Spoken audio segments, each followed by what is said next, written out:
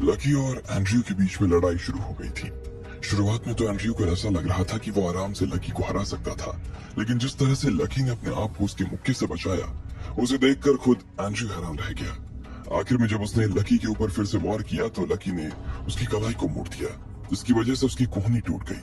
बाकी लोगों को समझ नहीं आ रहा था कि ये सब क्या हो रहा था। शहनाज तो बहुत ज्यादा घबरा गई और यहाँ से वो तुरंत निकल जाना चाहती थी, लेकिन विराज इतनी आसानी से लकी को छोड़ने के मूड में नहीं था। उसने धीरे से कहा, 1 मिनट रुको, तुम्हारे साथ में पढ़ने वाला ये लड़का यहाँ से इस तरह गंदे काम कर रहा है, मेरे लोगों को मार रहा है, उनके हाथ पैर तोड़ रहा है, और तुम कह रही हो कि मैं उसे यहाँ से बिना कुछ किए चुपचाप निकल जाऊं। मेरी जयपुर में कोई इज्जत है या नहीं है? अगर मैं ऐसे ही निकल जाऊंगा तो लोग मेरे बारे में क्या कहेंगे? इस बात का अंदाजा तुम्हें है या नहीं? मैथ्यू, अब तुम्हारी बारी। कोशिश करना कि इस आदमी के शरीर की एक भी हड्डी ना ठीक से रह नहीं पाए। विराज ने मैथ्यू की तरफ देखते हुए कहा। हालांकि मैथ्यू भी लकी को ऐसा देखकर थोड़ा तो घबरा गया था, पर फिर भी वो अपनी इज्जत की वजह से पीछे नहीं हट सकता था, इसलिए वो लकी की तरफ आगे बढ़ने लगा और उसने कहा, मुझे एक बार के लिए तो ये विश्वास ही नहीं हो रहा कि जयपुर में तुम्हारे जैसा भी कोई लड़का हो सकता था। खैर, मैं भी इन दिनों यहाँ पर रह नहीं रहा था, इसलिए मुझे मालूम नहीं था कि तुम भी यहाँ पर हो। मैथ्यू यहाँ पर भले ही विराज के कहने पर आया था, लेकिन असल में वो हिमाचल में अपने फाइटिंग सेंटर में काम करता था और वहाँ उसे अच्छे तरीके से डेवलप करता था। वो लोगों को वहाँ पे मार्शल आर्ट्स और बाकी चीजें सिखाता था। लेकिन जब उसने लकी जैसा आदमी देखा तो इतना बढ़िया लड़ते हुए उसने अपने जीवन में शायद ही किसी को देखा हो। वो अपने आप से उससे प्यार से बात करने लगा था। मैंने तुम्हारे जैसे लड़ाकों को बहुत कम देखा है। शुक्रिया, मैंने अभी ये सब सीखना शुरू किया है। लकी ने भी उससे प्यार से कहा। इधर से मैथ्यू ने कहा, मेरा नाम मैथ्यू है, मैं हिमाचल से हूँ। भले ही मुझे तुम्हारा लड़ने का तरीका अच्छा लगा, लेकिन मैं यहाँ पर विराज भाई की तरफ से आया हूँ। ऐसे में मुझे भी तुम्हारे खिलाफ लड़ना तो पड़ेगा ही, इसलिए तुम थोड़ा सा ध्यान रखना। अगर तुम्हें कोई चोट लग जाए या फिर कोई घाव हो जाए ना, तो उसके लिए मैं तुमसे पहले ही माफी मांग लेता हूँ। लकी ने जैसे उसके मुंह से इस तरह की बात सुनी तो वो दंग रह गया।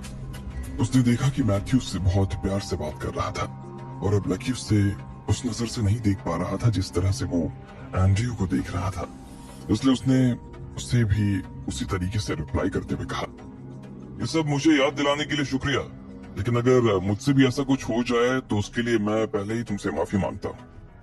इधर लोगों ने जैसे ही मैथ्यू का नाम सुना तो वो सब हैरान हो गए। बहुत से लोग उनमें से हिमाचल से थे, जो यहाँ होटल में आए हुए थे या फिर काम कर रहे थे। वो लोग मैथ्यू के बारे में अच्छी तरीके से जानते थे।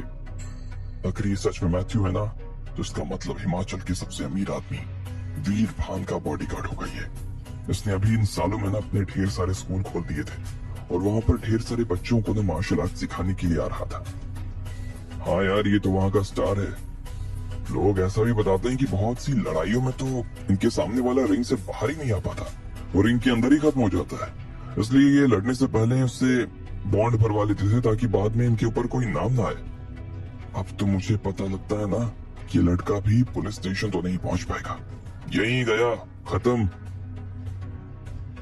जब बाकी लोग मैथ्यू के बारे में बात कर रहे थे तो इतने में इधर मैथ्यू ने लकी के चेहरे पर पहला मुक्का जड़ दिया था। उसका हाथ इतना तेज था कि लकी को ऐसा लगा जैसे उसके चेहरे पर एक जोरदार हवा का झपका आया। उसका हाथ पड़ने के बाद में लकी को एक बार के लिए तो सांस लेने में दिक्कत होने लगी। इससे पहले कि मैथ्यू से दूसरा मुक्का मारता, इतने में लकी ने अपनी हथेली को बीच में ले आया और उसके मुक्के को रोक लिया। मैथ्यू के पैर एक बार के लिए कांप गए। उसने लकी से अपना हाथ छुड़ाया और फिर उसके ऊपर दोनों हाथों से मुक्का बरसाने लगा, लेकिन लकी उसके एक भी मूव से आघात नहीं हुआ। वो हर मूव से बचता चला जा रहा था, लेकिन वो ना जाने क्यों अंदर से थका हुआ महसूस कर रहा था। ऐसे में एंड्रयू से निपटना तो उसके लिए आसान था, लेकिन इधर मैथ्यू की पावर लकी को अपनी पावर से ज्यादा लग रही थी। वो उसे अपने मुक्के से पीछे की तरफ खदेड़े जा रहा था। वैसे जब से लकी ने मार्शल आर्ट सीखा, उसके बाद वो आज पहली बार किसी से लड़ाई लड़ रहा था। उसने एंड्रयू को तो हरा दिया और वो इस बात से काफी खुश भी था, लेकिन मैथ्यू से लड़ना उसके लिए आसान नहीं हो पा रहा था।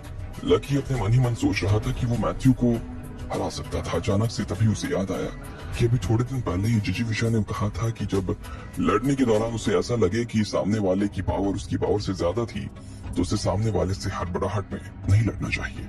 उसे बहुत ही शांति से उसका सामना करना चाहिए और जैसे ही सामने वाला उसके ऊपर वार करने वाला हो उससे पहले ही उसे उसका हाथ या पैर रोक देना चाहिए।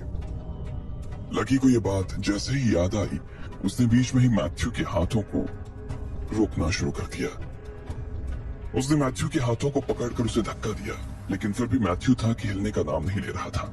उल्टा लकी खुद उसके धक्के की वजह से पीछे हो गया। इधर मैथ्यू की आंखों में चमक आ गई। उसने देखा कि लकी को एक ही वॉर में हराने के लिए इससे अच्छा और कोई मौका नहीं हो सकता था। वो जोर से हवा में उछले और लकी की छाती में मारने के लिए अपना पैर उठा लिया। इधर लकी ने तुरंत अपने सीने के सामने अपने हाथों को रखा और एक पल के लिए अपनी सांस रोक ली।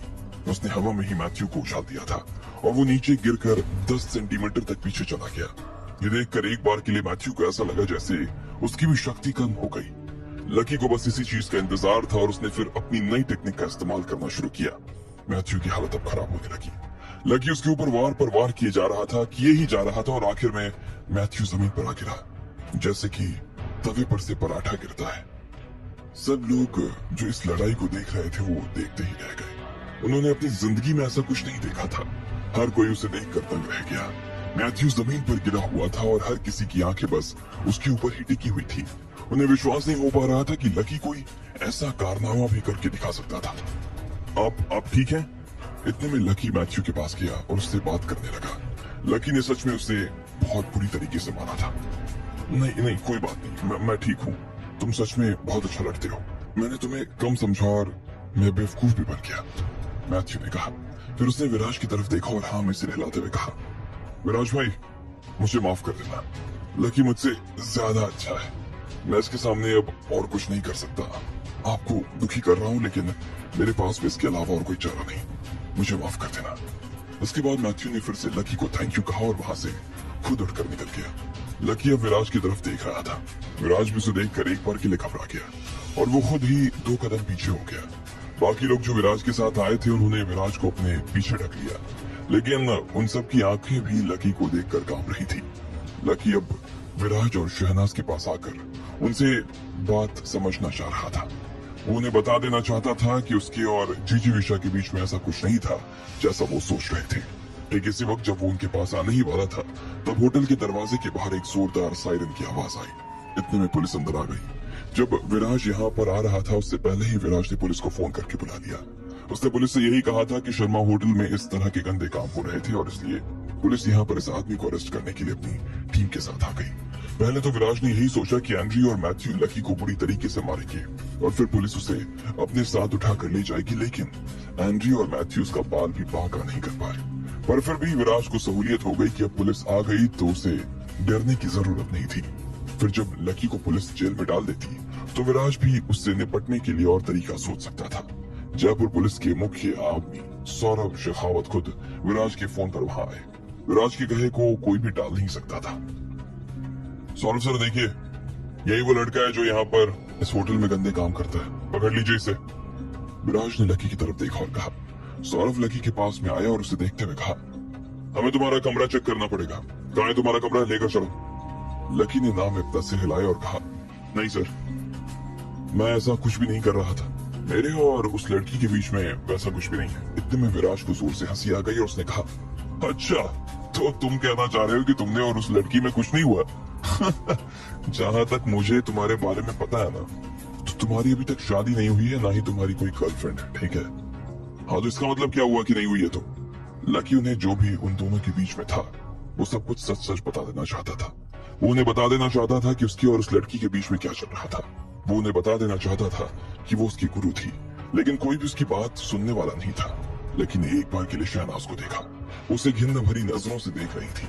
उसकी नजर जिस तरह से लकी को देखे जा रही थी उससे लकी के दिल में भी बहुत दर्द हो रहा था।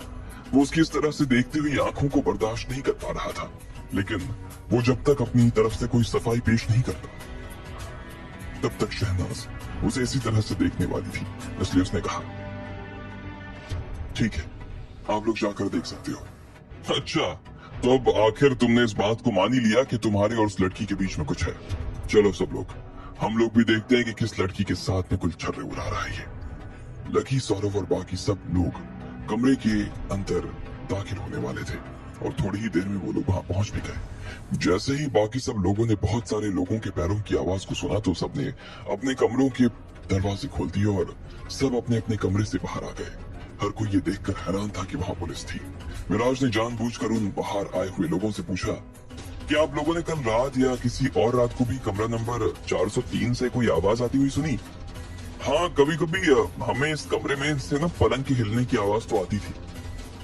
मैंने एक आदमी की चिल्लाने की आवाज भी सुनी थी।